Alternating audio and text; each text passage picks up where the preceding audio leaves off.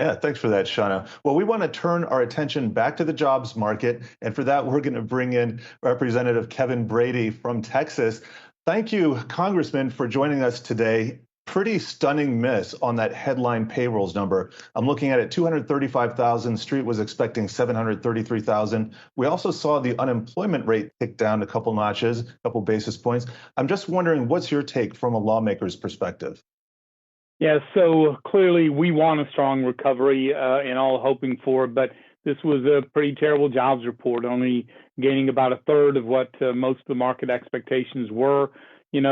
I think there's more than just COVID that's driving this. I think we've seen, in effect, a workerless recovery that's not working very well for Main Street businesses who simply are struggling to find the workers they desperately need, or for families who are struggling with much higher prices. And that's why we're seeing, at least last month, it looks like the recovery is stalling. That's not what we want. And consumer optimism is way down. That's an alarm bell as well. The other thing I always worry about is labor force participation. It's still 2 points lower than it was pre-COVID. It hasn't budged this entire year. If we don't see some progress back up toward that 63 rate, somewhere in there, I think this recovery is going to have trouble. I think pricing and price increases will continue because it's not just our Main Street businesses, manufacturers all up and down supply chains cannot find the workers they need to man their production lines. So I worry about not just the Delta variant. I think there's some real key policy issues here. That's why I was disappointed to see President Biden call for an extension of the federal unemployment benefits, because they've been a real barrier, in his call for higher taxes on job creators. It makes no sense trying to battle our way out of this economy in the crisis. Representative Sean, it's good to see you again. Thanks again for joining us.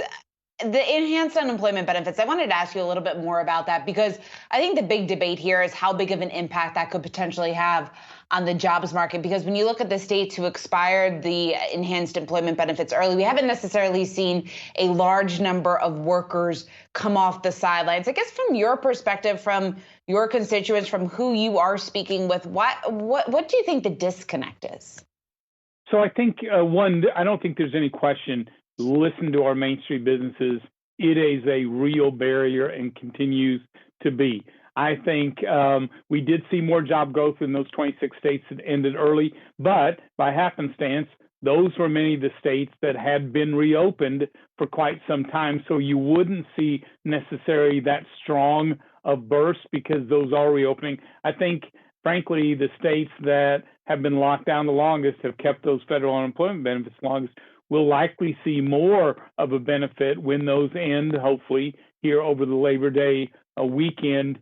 I think that'll be the change. I get the impression from some businesses it is still early to see the true impact. What they're telling me is they've always gotten applicants for jobs, but people weren't even bothering to show up for interviews or accept them.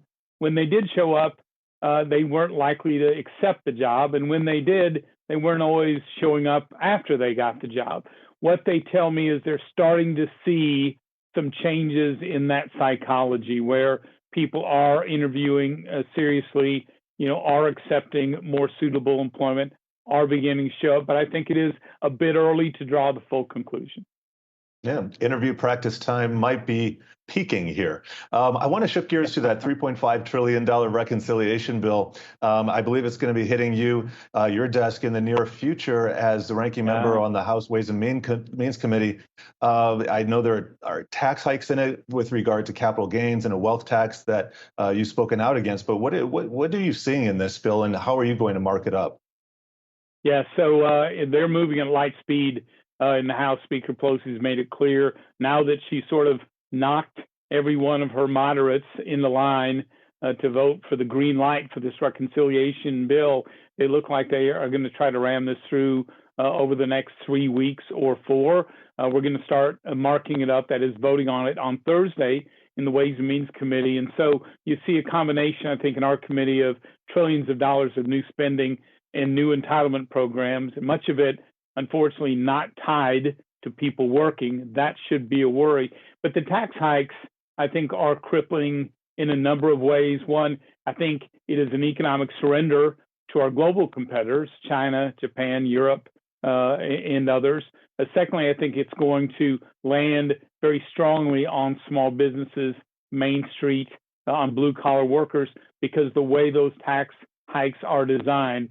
So we estimate that this package, depending on how it finally looks, could kill or put at risk about 4 million U.S. jobs.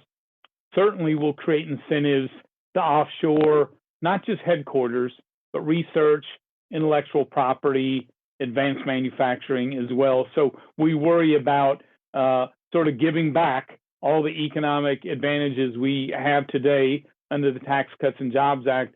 There couldn't be a worse time coming out of this recovery and trying to build a recovery to be doing this. Representative, I'm curious to get your thoughts on the op-ed that we had from Senator Manchin in the Journal earlier this week, because he's one Democrat from the Senate that doesn't seem to be on board with this. He's urging for a pause, the strategic pause is what he called for in the $3.5 trillion effort. He was saying we need to assess where we are in this pandemic. We also need to assess where we are when it comes to inflation. I guess some of the points that he has raised and some of the points that other moderate Democrats have raised, do you agree with some of their concerns? And I guess, is there a way for both sides of the aisle, do you think, to work together on some portion of this bill? Well, I think, I would hope so, yes. But there's been absolutely not 1 minute of conversation with Republicans in the House on this. I don't expect there to be. This is a straight partisan bill. I think it's for the Democrats, certainly the more progressive. This is their New Deal, a chance to transform the shape and the control of government. Moderates, I think what Senator Manchin asked every moderate Democrat in the House, if there are any left, is asking themselves, what is the rush here? What is the impact on jobs? Are we spending money that would be best set aside for the next pandemic, or rebuilding this economy, or making ourselves more independent from China on medicines and key technologies? And I think so. He's asking exactly the right questions. I hope others will listen to him, because if we have that pause and really a thoughtful discussion, I don't think we'll rush through these crippling tax hikes or the spending that I think, too, is going to hurt our economy the way it's designed. We want to thank you for stopping by here. Representative Kevin Brady, always great to see you. Thank you.